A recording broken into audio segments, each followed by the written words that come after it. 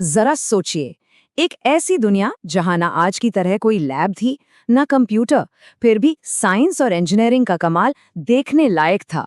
हाँ, ये दुनिया थी प्राचीन दक्षिण एशिया की। और आज हम इसी दुनिया की कुछ हैरान कर देने वाली कामयाबियों की कहानी जानेंगे। जब भी साइंस की बड़ी बड़ी खोजों की बात होती है तो दिमाग में क्या आता है? अक्सर पश्चिमी देशों का नाम आता है ना? लेकिन क्या सच में सारी शुरुआत वहीं से हुई थी, या फिर साइंस की जड़ें कहीं और बहुत बहुत पहले से मौजूद थी? चलिए, आज इसी सवाल का जवाब ढूंढते हैं।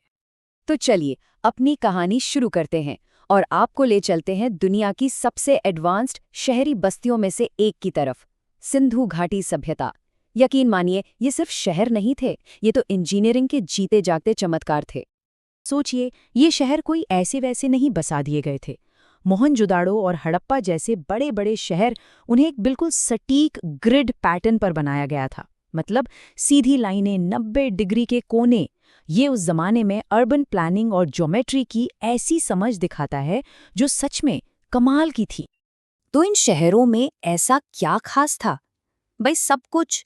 उनकी इंजीनियरिंग देखिए, एकदम सटीक ग्रिड पर बने शहर, ढकी हुई नालियों वाला इतना बढ़िया ड्रेनेज सिस्टम, और तो और हर जगह एक ही साइज की ईंटें इस्तेमाल होती थी। ये सब क्या बताता है? ये बताता है कि वो लोग यूनिफॉर्मिटी और प्रिसिजन यानी सटीकता को कितना महत्व देते थे। इतना ही नहीं, उनके पास बड़े बड़े पब्लिक तालाब भी थे, जो साबित करता है कि उन्हें पानी को मैनेज करने का यानी हाइड्रोलॉजी का भी जबरदस्त ज्ञान था। इस बात को जरा गहराई से समझिए। सिंधु घाटी का जो सैनिटेशन सिस्टम था ना, वो इतना एडवांस था कि उसके हजारों साल बाद भी दुनिया के कई हिस्से, यहाँ तक कि मिडीवल यूरोप के शहर भी उसके आसपास तक नहीं पहुंच पाए थे। ये सिर्फ इंजीनियरिंग नहीं थी, ये भविष्य के लिए एक कमाल की सोच थी। अच्छा, शहरों से आगे बढ़ते हैं और अब बात करते हैं एक ऐसे फील्ड की जिसने सच में पूरी दुनिया को बदल कर रख दिया, और वो है मैथमेटिक्स यानी गणित। प्राचीन दक्षिण एशिया मैथ्स में इनोवेशन का एक ऐसा गढ़ था जिसने मॉडर्न साइंस की बुनियाद रखी। और इसी गढ़ से निकला एक ऐसा कॉन्सेप्ट जिसने मैथ्स में क्रांति ला दी, जीरो, शून्य। ये सिर्फ एक और नंबर नहीं था, नहीं, ये एक ऐसा आइडिया था जिसने सब कुछ पलट दिया। डेसिमल सिस्टम में एक प्लेस होल्डर के तौर पर इसने मुश्किल से मुश्किल कैलकुलेशन को मुमकिन बना दिया, और यहीं से मॉडर्न मैथ्स का रास्ता खुला। और पता है, इसी दौर में आर्यभट्ट जैसे महान गणितज्ञ हुए। उन्होंने उस जमाने में ऐसे ऐसे साइंटिफिक दावे किए जो आज भी हैरान करते हैं। उन्होंने सिर्फ ये नहीं बताया कि धरती अपनी धुरी पर घूमती है, बल्कि उन्होंने एक साल में कितने दिन होते हैं इसकी गिनती भी गजब की सटीकता से की थी, और ये सब सिर्फ ऑब्जर्वेशन और मैथ्स के दम पर। लेकिन ये कमाल के आइडियाज सिर्फ दक्षिण एशिया तक ही नहीं रुके। जीरो और डेसिमल सिस्टम जैसे कॉन्सेप्ट्स यहाँ से निकल के फारस और इस्लामिक दुनिया तक पहुंचे, और फिर वहां से ये ज्ञान पहुंचा यूरोप और बना वहां की साइंटिफिक रेवोल्यूशन की सबसे मजबूत नींव। तो मैथ्स और सिटी प्लानिंग तो हो गई, लेकिन कहानी यहीं खत्म नहीं होती। प्राचीन दक्षिण एशिया ने दो और फील्ड्स में महारत हासिल कर रखी थी।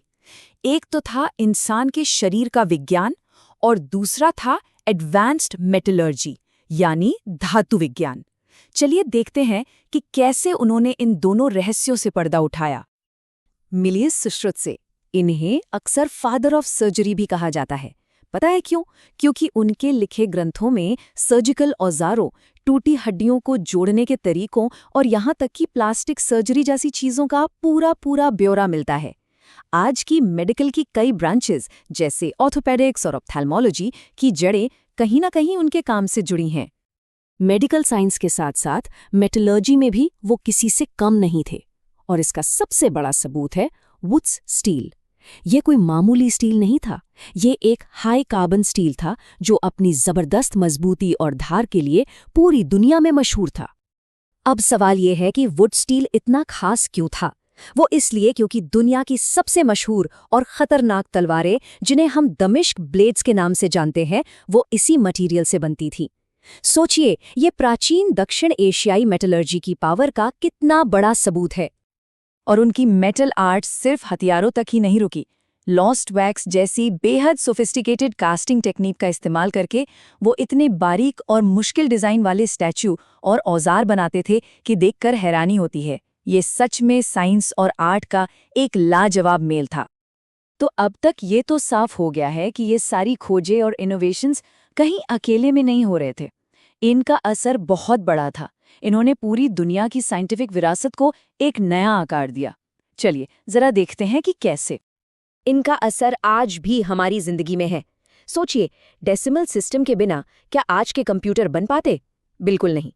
उनके मेडिकल टेक्स्ट्स ने फारस से लेकर यूरोप तक इलाज के तरीकों को बदला, और उनकी मेटलर्जी टेक्निक्स ने तो दुनिया भर में जंग लड़ने और चीजें बनाने का तरीका ही हमेशा के लिए बदल दिया।